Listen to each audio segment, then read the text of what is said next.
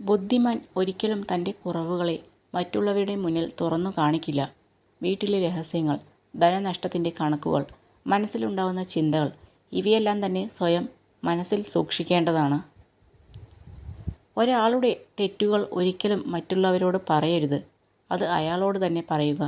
കാരണം ആ തെറ്റു തിരുത്തേണ്ടത് അയാളാണ്, മറ്റുള്ളവരല്ല. പണത്തേക്കാൾ പ്രധാനമാണ് സമയം.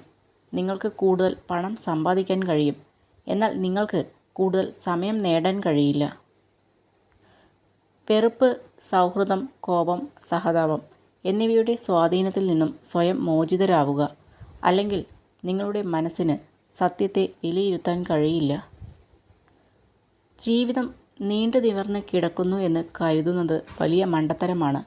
ഇപ്പോഴത്തെ നിമിഷം മാത്രമാണ് നമ്മുടെ ജീവിതം.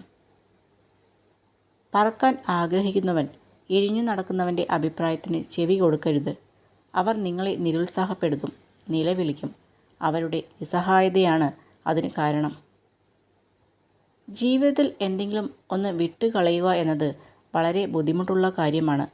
എന്നാൽ ചേർത്തു നിർത്താൻ പ്രയാസമുള്ള ഒന്നിനെ കൊണ്ടു നടക്കുന്നത് അതിലും ബുദ്ധിമുട്ടുള്ള കാര്യമാണ്. എന്തൊക്കെ തടസ്സങ്ങളുണ്ടായാലും എത്ര കഷ്ടപ്പെടേണ്ടി വന്നാലും ഞാൻ എൻ്റെ ലക്ഷ്യം നേടിയെടുക്കുമെന്ന ഉറച്ച തീരുമാനമെടുക്കുന്ന സമയം മുതൽ വിജയം നിങ്ങളെ കാത്തിരിക്കുന്നുണ്ട്. ചുറ്റും നോക്കിയാൽ മുന്നോട്ട് പോകാനാവില്ല. വിമർശനങ്ങളും കുറ്റപ്പെടുത്തലുകളും ഉണ്ടാകും. നേരെ മാത്രം നോക്കുക. ലക്ഷ്യം അവിടെയാണ്. നമ്മൾ കാണുന്ന സ്വപ്നങ്ങളും അവിടെയാണ്. നിങ്ങൾ ചെയ്യുന്നത് ശരിയാണെന്ന് ഉറച്ച വിശ്വാസം നിങ്ങൾക്കുണ്ടെങ്കിൽ അത് മറ്റുള്ളവരെ ബോധ്യപ്പെടുത്തേണ്ട ആവശ്യമില്ല. ജീവിതത്തിൽ പണത്തേക്കാൾ വലിയ ചില സമ്പാദ്യങ്ങളുണ്ട്. അതാണ് നല്ല ബന്ധങ്ങൾ.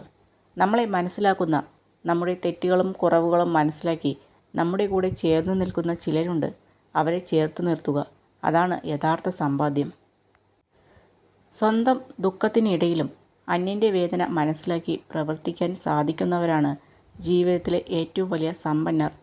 വേദനിക്കുന്നവൻ്റെ കണ്ണീർ ഒപ്പുന്നതിലും വലിയ പുണ്യം മറ്റൊന്നിലും കിട്ടില്ല. നമുക്ക് ചുറ്റുമുള്ള പല ജീവിതങ്ങളെയും അടുത്തറിഞ്ഞു തുടങ്ങുമ്പോൾ അവരെ അതുവരെ നാം നോക്കിക്കണ്ട കാഴ്ചപ്പാടുകൾ മാറും. നമ്മുടെ പ്രശ്നങ്ങളും നിസ്സാരമായി തോന്നിപ്പോകും.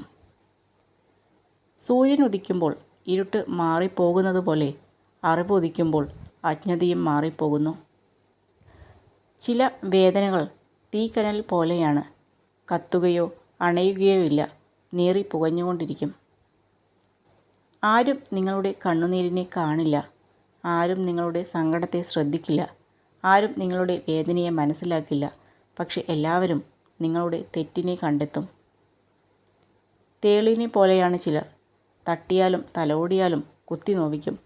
നന്മയ്ക്കായി നീട്ടിയ കൈകളിൽ പോലും കുത്തി നോവിക്കുക എന്നത് അവരുടെ ജന്മപ്രകൃതം തന്നെയാണ്.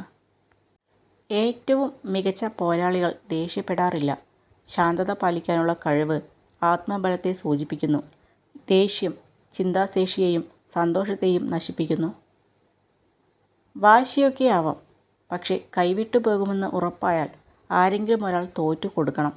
പിരിയേണ്ടി വന്നാൽ ദുഃഖം ഇരുവർക്കും ഒരുപോലെയാണ് എന്ന് മറക്കാതിരിക്കുക. ഒരു ജ്ഞാനിയും വിഡ്ഢിയും തമ്മിലുള്ള ഒരു വലിയ വ്യത്യാസം, ആദ്യത്തെയാൾ ലഭിക്കാൻ സാധ്യതയുള്ളതിനും വേണ്ടി മാത്രമാണ് ആഗ്രഹിക്കുന്നത്. രണ്ടാമത്തെയാൾ ഇഷ്ടപ്പെടുന്നതെല്ലാം ആഗ്രഹിക്കുന്നു.